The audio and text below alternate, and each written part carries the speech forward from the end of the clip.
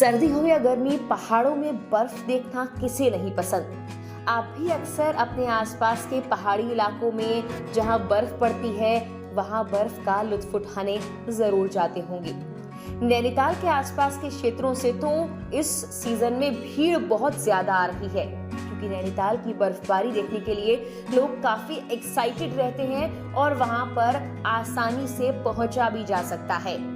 और सबसे बड़ी बात तो इस रविवार को ही सर्द मौसम का दूसरा हिमपात यानी स्नोफॉल हुई, इससे लोग काफी खुश नजर आए। लेकिन ये खुशी ज्यादा वक्त तक नहीं रहेगी। ऐसा कहने के पीछे का कारण है एक रिसर्च जो कहती है कि आने वाले सीजन्स में नैनीताल में बर्फबारी बिल्कुल खत्म हो सकती है। यानी कि इस सीजन तो आपको बर्फ मिल गई, लेकिन हो सकता है कि आने वाले सालों में नैनीताल जैसे इलाके में बर्फ पड़े ही ना। आखिर ये कौन सी रिसर्च है, इसमें क्या कुछ कहा गया है, विस्तार से आपको हम सब कुछ बताने वाले हैं। नैनीताल में पिछले सालों की अपेक्षा जनवरी में दिन और रात सर्द होने की बजाय काफी गर्म नजर आए। वैज्ञानिकों की रिसर्च ये कहती है कि फ्यूचर में कम ऊंचाई वाले नैनीताल जैसे ठंडे इलाकों में बर्फबारी नहीं होगी।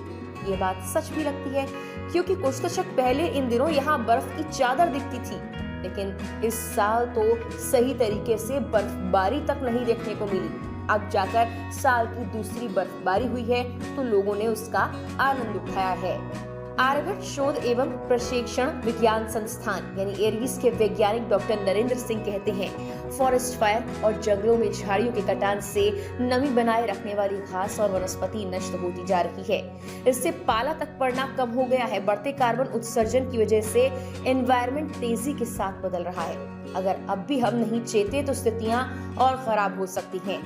बर्फबारी कब होती है आप ये भी जान लीजिए। देखिए, बर्फबारी तभी संभव होगी जब कम से कम 48 घंटे की भूमि का तापमान 4 डिग्री तक गिरा रहे, साथ ही आकाश में बादल हो, एक मजबूत पश्चिमी विक्षोभ सक्रिय हो।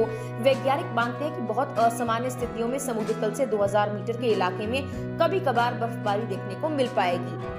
और इस बर्फबारी के ना होने का सबसे बड़ा जो वजह बताई जा रही है वो अत्यधिक कार्बन उत्सर्जन ही होगा। साल 2024-25 में मौसम के परिवर्तन पर कई रिसर्च हुई है।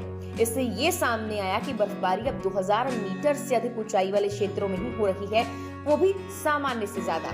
निचले इलाकों में भविष्य में बर्फबारी होना मुश्किल है। इसकी बड़ी वजह जंगलों की कटाई, फॉरेस्ट फायर, जंगलों में झाड़ियों और कटान और अत्यधिक कार्बन उत्सर्जन है।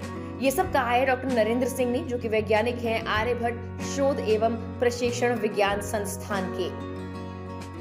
जाने से पहले आपको नैनीताल के बारे में कुछ और जानकारी भी देते हैं। देखिए, भारत के उत्तराखंड राज्य के नैनीताल जिले में स्थित एक नगर और महत्वपूर्ण पर्यटक स्थल है। ये जिले का मुख्यालय है। कुमाऊं क्षेत्र में नैनीताल का विशेष महत्व है। ये छकाता परगने में आता है। छकाता नाम षष्ठी खात से बना है। षष्ठी खात का तात्पर्य 60 तालों से है।